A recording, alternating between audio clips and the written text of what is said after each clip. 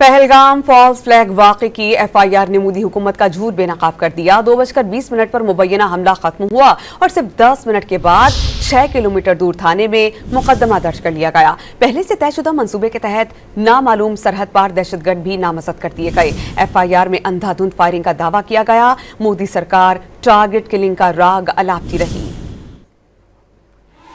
جھوٹ کے پاؤں نہیں ہوتے، پہلگام ڈرامے پر مودی سرکار بے نقاب۔ پہلگام فالس فلیگ آپریشن کی ایف آئی آر نے حملے کو مشکوک بنا دیا۔ سیکیورٹی ذرائع کے مطابق واقعے کی F I R Pahalgam police station میں درج ہوئی، جو جائے وقوع سے 6 کلومیٹر دور ہے۔ ایف آئی آر کے مطابق پہلگام حملہ 1:50 سے 2:20 تک جاری رہا، جبکہ حیران کن طور پر صرف 10 منٹ بعد یعنی 2:30 بجے ایف آئی آر درج ہو گئی۔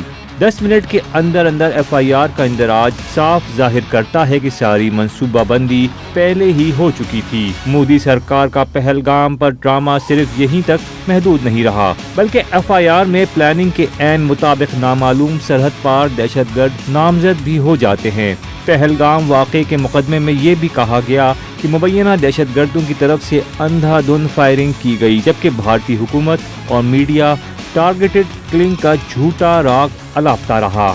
یہی نہیں بلکہ واقعے کے 10 منٹ کے اندر ایف آئی آر میں بیرونی آقاؤں کی ایما پر جیسے الفاظ بھی شامل کر دیے گئے۔ سیکیورٹی ذرائع کا کہنا ہے کہ ایف آئی آر کے سامنے آنے سے مودی حکومت کا پہلگام فالس فلیگ کا بھونڈا ڈرامہ بری طرح بے نقاب ہو چکا ہے۔ ایف آئی آر میں جھوٹ پکڑ جانے کے بعد مودی کا پہلگام فالس فلیگ ڈرامہ مذاق بن چکا ہے۔ دفاعی تجزیہ کار ماریہ سلطان نے ایف آئی آر کو مزاح خیز قرار دیتے ہوئے کئی سوالات اٹھا دیے۔ ایک طرف انہوں نے کہا کہ یہ خود ساختہ ہتھیار ہے، دوسری طرف یہ کہتے ہیں کہ یہ اندھا دھند فائرنگ کی گئی، تیسری طرف یہ کہتے ہیں کہ نہیں، یہ ایک خاص سوچی سمجھی ٹارگٹ کلنگ کے ذریعے مجاہدین جو ہیں یہ کام کر رہے ہیں۔ پہلی دفعہ پاکستان کی طرف سے اور پاکستان کی میڈیا کی طرف سے جو وہ تمام نکات اٹھائے جا رہے ہیں جس کی بنیاد پہ وہ اپنے لوگوں کو بھی بیوقوف بناتے رہے ہیں اور انٹرنیشنل دنیا کو بھی۔ دفاعی تجزیہ کار ماریہ سلطان نے مطالبہ کیا کہ اقوام عالم بھارت کا احتساب کریں۔